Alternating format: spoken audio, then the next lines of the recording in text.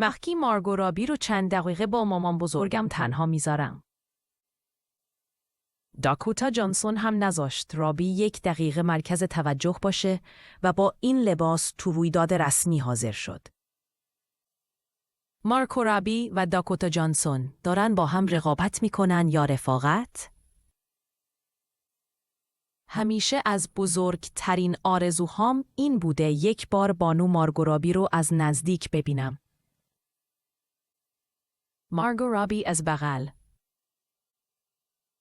بانو مارگو رابی با لباسی که در رسانه‌ها جسورانه و گران قیمت معرفی شده به همراه کالین فارل در پریمیر فیلم جدید A Big Bold Beautiful Journey در لندن. برنامه مد ایرانی 90% مردم دوست ندارن لباس زیر شما رو ببینن. مارگو رابی. داشتم پرتقال پوست می‌کندم و دستم رو بریدم. داکوتا جانسون پرسنید یا مارگو رابی پرسن؟ این نوع لباس به عنوان نیکد درس یا لباس برهنه شناخته میشه که لباسی شفاف و توری با تزئینات کریستالیه. اخیراً ترند شده و سلبریتی ها مثل مارگو رابی زیاد میپوشن. این یکی از کالکشن آرمانی پریوه بهاره.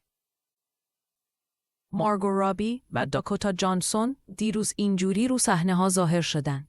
مارگو رابی رو تحلیل کردن که بعد از زایمانش میخواسته این پیام رو به مارکت بده که من بدنم برگشته و شماره 1 هستم. ولی با اومدن داکوتا به نظر اومد بازی برندها بوده. تو خود آمریکا نقد مخصوصاً به مارگو خیلی شده. مارگو رابی پشت و رو نداره. داکوتا جانسون پشت و رو نداره. در ستایش بکلس فقط خانم مارگو رابی.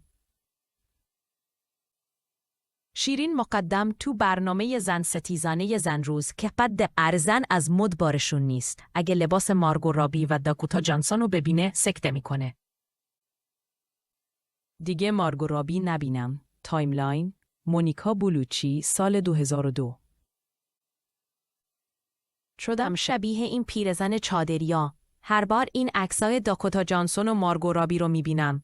نوچ میکنم که آخر الزمون شده. لان شیرین مقدم داره عکسای مارگو رابی رو میبینه که شورتش از زیر لباسش معلومه و با خودش میگه چجوری شوهرش اجازه داده اینجوری بره روی فرش قرمز و به استایلش صف میده. نمیدونم عکس کجا گرفته شده ولی میدونم آمریکا نیست. چون تو خود آمریکا هم اینجوری لباس نمی پوشند. همینو یه ایرانی انجام بده. آتیش میفته تو زندگیتون.